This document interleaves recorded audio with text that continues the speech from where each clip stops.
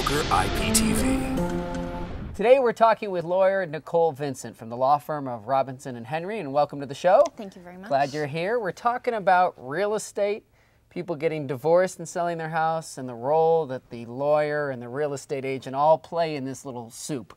Yes. So talk a little bit about that, because it's kind of a complicated situation. Well, it's important to remember that these two parties have all of a sudden been thrust into a situation of high conflict. There's some trust issues, and as a realtor, it's very important to look back at how this home began.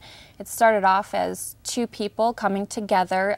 They bought the home jointly. They were joint borrowers on the loan, and the bank was okay with this in the beginning because they had two people to go after. They're both jointly and severally liable.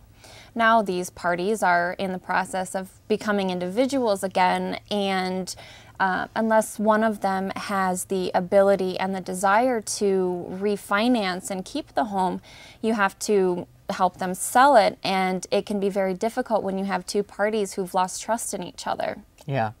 So let's assume that they decide that we're going to go ahead and sell the house. The realtor comes in the mix, and now we've got another party that, you know, we may have some trust issues with. Is that correct? Yes, it's most certainly correct. It's very important as a realtor that you make sure your clients are now aware that you are in fact a neutral third party. You have in this situation a wife who may think that her husband is trying to take advantage of her, or a husband who thinks that his wife is trying to take advantage of him.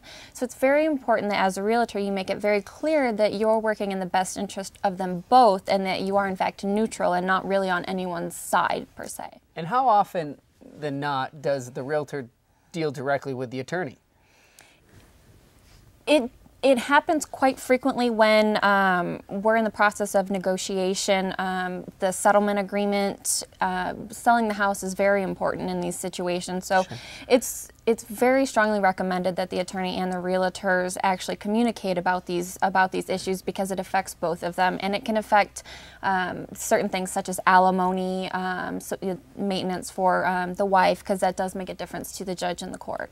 Now, we should also say that in some cases these are amicable splits. Yes, of course. But most of the time not. Of course, yes. Unfortunately, it's a very hostile situation in a lot of cases. If it's amicable and the parties agree, it can be a very good situation for everyone. But right. Unfortunately, it's not that way most of the time. So not everyone may be sane in this transaction. Right. Lastly, what can, I guess, a realtor do, or what can the clients do to make sure that they're not getting the short end of the stick, so to speak?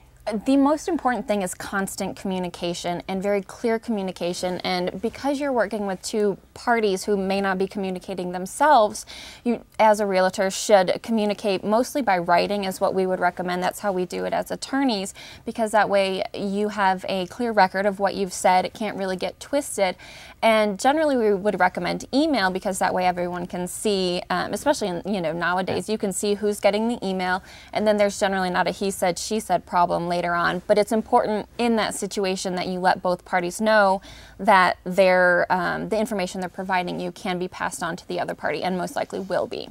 Good information. Thanks for being with us. Appreciate it. Thank you. Find more real estate videos at brokeriptv.com.